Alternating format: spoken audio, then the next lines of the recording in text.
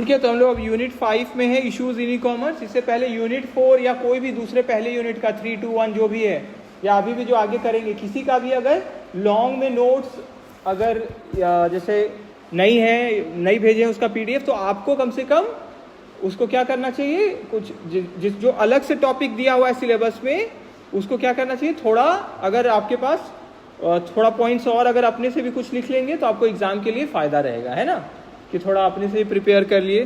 ठीक है, तो यूनिट 4 का भी जैसे प्रॉक्सी सर्वर हम लोग किए, तो उसको भी आपको क्या करना चाहिए, थोड़ा लॉन्ग नोट्स के लिए भी प्रिपेयर कर लेना चाहिए। ठीक है, क्लियर हो गया। फिर डायग्राम्स किसी चीज़ का आप रख सकते हैं, उसको अपने नोट्स में बना के, ताकि ईजी रहे एग्ज़ाम के समय, है ना। तो एग्ज़ाम से पहले ही अगर तैयारी कर लेंगे कुछ तो ईजी रहेगा आपके लिए। ठीक है, तो आइए यूनिट 5 में है हम लोग। यूनिट 5 है इश्यूज इन ई कॉमर्स।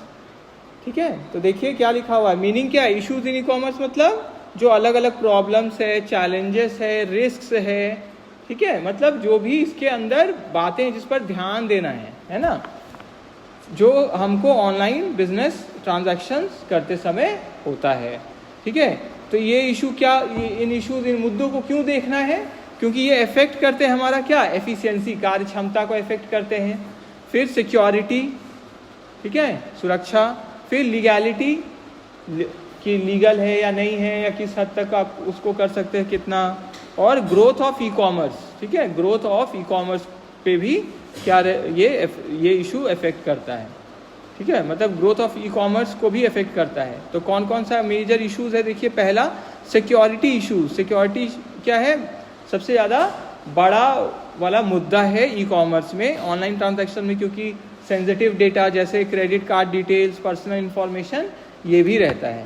ठीक है, एग्जाम्पल देखिए क्या क्या है, हैकिंग है, डेटा ब्रीचेस है। डेटा ब्रीचेस मतलब उल्लंघन कर देना, है ना, जो मतलब अगर आपको जैसे अथॉरिटी नहीं मिला है और आप वो डेटा एक्सेस कर रहे हैं, है ना, उसको यूज़ कर रहे हैं या हासिल करने की कोशिश कर रहे हैं। आइडेंटिटी थेफ्ट हम लोग किए, कि जानकारी चुरा लेना, है ना, यूज़र नेम, पासवर्ड, ये सब। फिर पेमेंट फ्रॉड, ठीक है, पेमेंट फ्रॉड आ गया उसमें, मतलब किसी तरह की फाइनेंशियल लॉस जो हो सकता है ना। फिर प्राइवेसी इश्यूज है, ठीक है, पर्सनल इंफॉर्मेशन जैसे name, address, phone number, bank details, customer जब शेयर करते हैं, जब इसका मिसयूज़ होने लग जाए तो ये क्या किस में आ जाता है, प्राइवेसी कंसर्न्स, क्योंकि बिना उनके जानकारी के डेटा उनका कहीं और जा रहा है अगर तो, या कोई और ले रहे हैं बिना ऑथराइजेशन के। तो प्रॉब्लम्स में क्या है, देखिए, अनऑथराइज डेटा शेयरिंग, कि आप किसी को अधिकार नहीं दिए थे लेकिन वो अगर आपका डेटा शेयर कर देते हैं।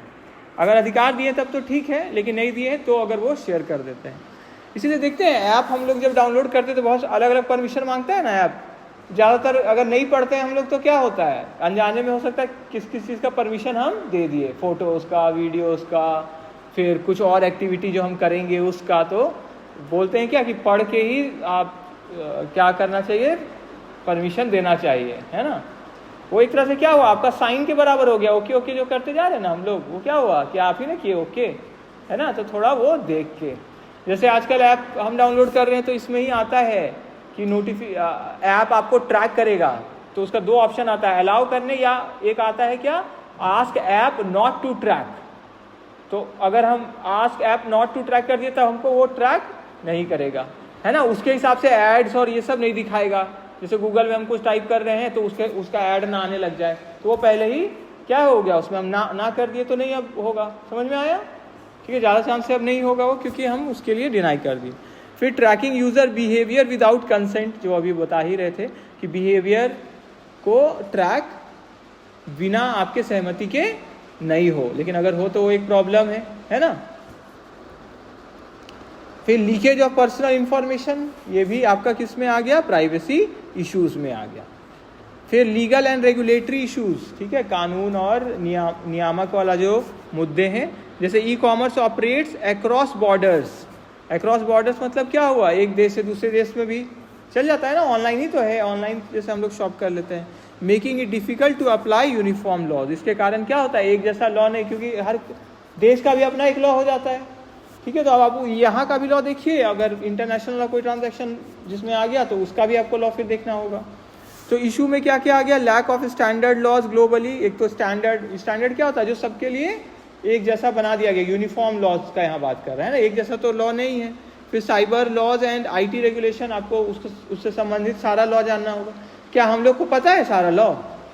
मतलब हम लोग तो नहीं देखते, हम लोग परचेज करना है तो कुछ परचेज कर लिया ऑनलाइन या उस तरह में चले गए, लेकिन उसका जानकारी नहीं है। तो ये ठीक है, जैसे इसमें इशू इसमें इसको देखा जा रहा है कि lack cyber laws IT regulations, ठीक है, तो इसके अंदर आ गया कि उसका भी जानकारी रहने से, तो ये भी एक लीगल और रेगुलेटरी इशूज है कि सबको जानकारी नहीं है या उसका पालन अगर ठीक से नहीं हो रहा है, ठीक है। फिर टैक्सेशन इशूज़ कि टैक्स आप कहाँ से लिए हैं, तो उसके हिसाब से वहाँ का क्या टैक्स का नियम है उसको कंप्लाई करना। फिर intellectual property rights protection. Intellectual property rights क्या होता है, होमवर्क में लिखिए इंटेलेक्चुअल प्रॉपर्टी राइट्स देख के आइएगा। ऐसे आपके सिलेबस में है, इसी यूनिट में, बाद में भी देखेंगे, पर एक बार आप देख के आइए। इंटेलेक्चुअल प्रॉपर्टी राइट्स IPR भी बोलते हैं, ठीक है, तो उसका प्रोटेक्शन का। फिर टेक्नोलॉजिकल इश्यूज़ है, जैसे ई-कॉमर्स टेक्नोलॉजी पे डिपेंड करता है और टेक्निकल फेलियर होने के कारण क्या हो सकता है, बिजनेस का ऑपरेशंस अफेक्ट हो सकता है। एग्जांपल में देखिए सर्वर डाउन टाइम, जो बैंक हम लोग जाते हैं तो वो लोग कभी कभी बोलते हैं ना, अभी क्या है सर्वर डाउन चल रहा है, मतलब जहाँ से एक्सेस करना है इंफॉर्मेशन, जहाँ ट्रांसफ़र करना है वहाँ नहीं हो पाएगा, नेट का दिक्कत है ना, ठीक है। फिर सॉफ्टवेयर बग्स, सॉफ्टवेयर में जो खराबी आ जाता है ना, एरर्स। फिर इंटरनेट कनेक्टिविटी इश्यूज़, ठीक है, इंटरनेट का कनेक्शन के कारण। फिर सिस्टम कंपेटिबिलिटी प्रॉब्लम्स, ठीक है, कि सिस्टम क्या है, आपको एक जैसे आपको बताया था ना, गेम के लिए इतना आपको कम से कम रैम चाहिए, हर गेम का अलग अलग रिक्वायरमेंट है ना, हार्ड डिस्क में इतना स्पेस लेगा। तो अगर आपका सिस्टम उस लिहाज से उस सॉफ्टवेयर के लिए जो ई-कॉमर्स के लिए आप रख रहे हैं वो अगर उतना हैंडल नहीं कर सकता है, तो फिर उसके कारण भी प्रॉब्लम आ सकता है। फिर देखिए पेमेंट इश्यूज़, ऑनलाइन पेमेंट में क्या है, रिस्क है, चैलेंजेस है, तो प्रॉब्लम इसमें क्या क्या आ सकता है, payment fraud, fail transaction, delay in settlement, lack of trust, ठीक है, भरोसा का भी कमी हो सकता है डिजिटल पेमेंट्स में, ठीक है। फिर देखिए नेक्स्ट क्या है, इंफ्रास्ट्रक्चर इश्यूज़। इंफ्रास्ट्रक्चर इश्यूज़ में मेनली क्या आ गया, प्रॉपर इंफ्रास्ट्रक्चर चाहिए हमको स्मूथ ई-कॉमर्स ऑपरेशंस के लिए, मतलब आराम से हम कर सके, मतलब एक सेटअप चाहिए ना, रूम हो गया या कोई एक जगह हो गया पर्टिकुलर, ठीक है, जिससे हम कर सके। अगर आप खुद ही सामान को स्टोर करते हैं और वहीं से कस्टमर को भेजते हैं तो उसके लिए गोडाउन ये सब चाहिए। देखिए फ्लिपकार्ट का गोडाउन, अमेजोन का गोडाउन रहता है।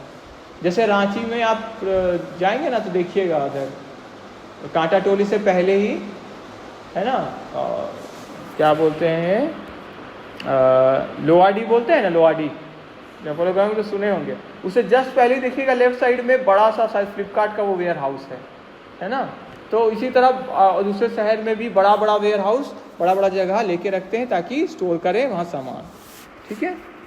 तो प्रॉपर इंफ्रास्ट्रक्चर चाहिए। इसमें क्या प्रॉब्लम्स इश्यूज़ है, पुअर इंटरनेट कनेक्टिविटी, ठीक है, वहाँ पे भी हो सकता है, लैक ऑफ डिजिटल लिटरेसी और limited access to technology in rural area. Rural area में टेक्नोलॉजी का लिमिटेड एक्सेस हो सकता है, ठीक है।